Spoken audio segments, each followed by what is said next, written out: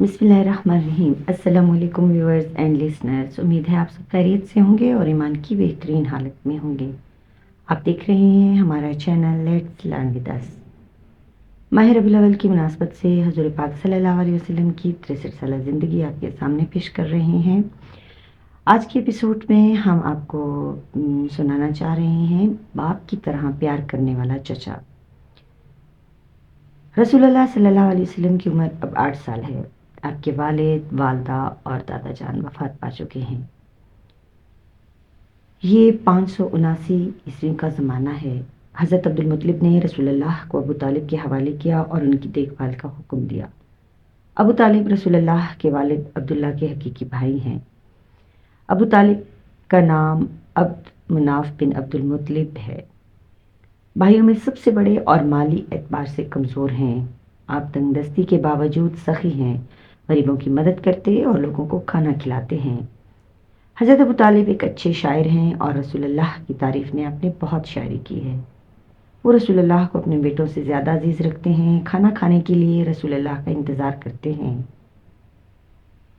घर आते ही सबसे पहले रसूलुल्लाह के बारे में पूछते हैं।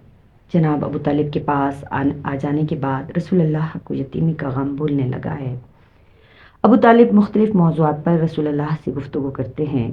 अबू तालिब रसूलुल्लाह की ज़हानत से बहुत मुतासिर हैं।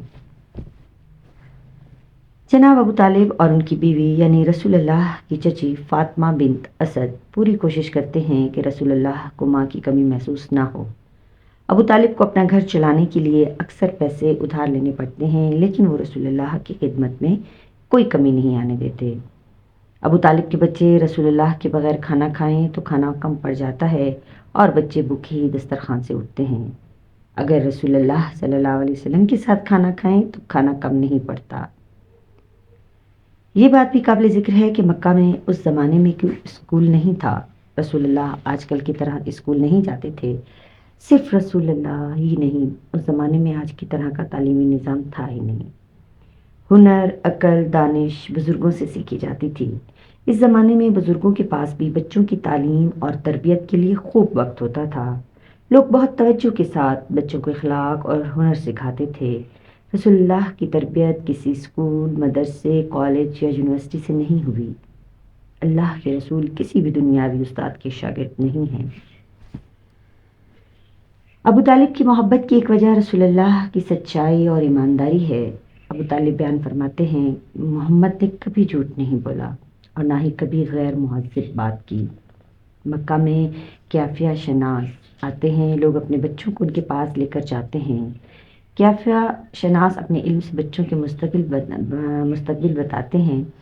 बनी अज़ का एक क्याफा शनास मक्का आया। अबू तालिब रसूलुल्लाह को लेकर उसके पास गए और उससे अपने भतीजे के मुतल्लिक़ पूछा। क्याफा शनास ने रसूलुल्लाह को एक नज़र देखा और दूसरे बच्चों में मसरूफ़ हो गया। उसने फारिग होकर पूछा, मैंने अभी यहाँ एक बच्चा देखा था, वो कहाँ है? इसे मेरे पास ले आओ। अबू तालिब ने इस क्याफा शनास की बेताबी देखकर रसूलुल्लाह को छुपा दिया। क्याफा शनास इसरार करता रहा, लेकिन अबू तालिब रसूलुल्लाह को सामने ना लाए।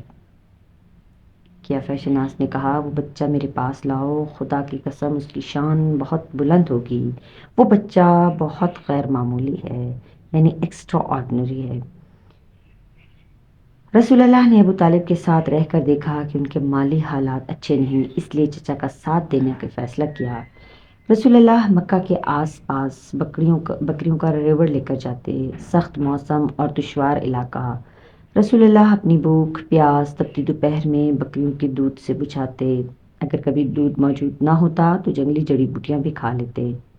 बाद के ज़माने में रसूलुल्लाह से पूछा गया, अल्लाह के रसूल, क्या आप भेड़ बकरियां चराते रहे हैं? रसूलुल्लाह सल्लल्लाहु अलैहि वसल्लम ने जवाब दिया, हाँ, हर नबी ने भेड़ बकरियां चराई।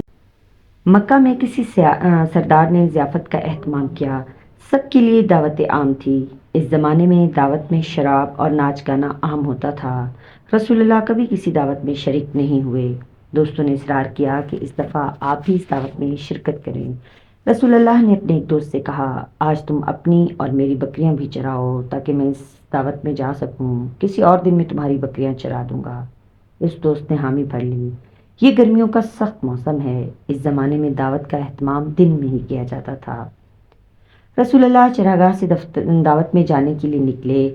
آپ گرمی کی تپش سے بچنے کے لیے سائے میں آرام کرنے لگے تاکہ گرمی کم ہونے پر دعوت میں جا سکیں۔ رسول اللہ سایہ میں لیٹے تو نیند آ گئی، آنکھ کھلی تو سورج ڈوب رہا تھا، دعوت کا وقت گزر چکا تھا۔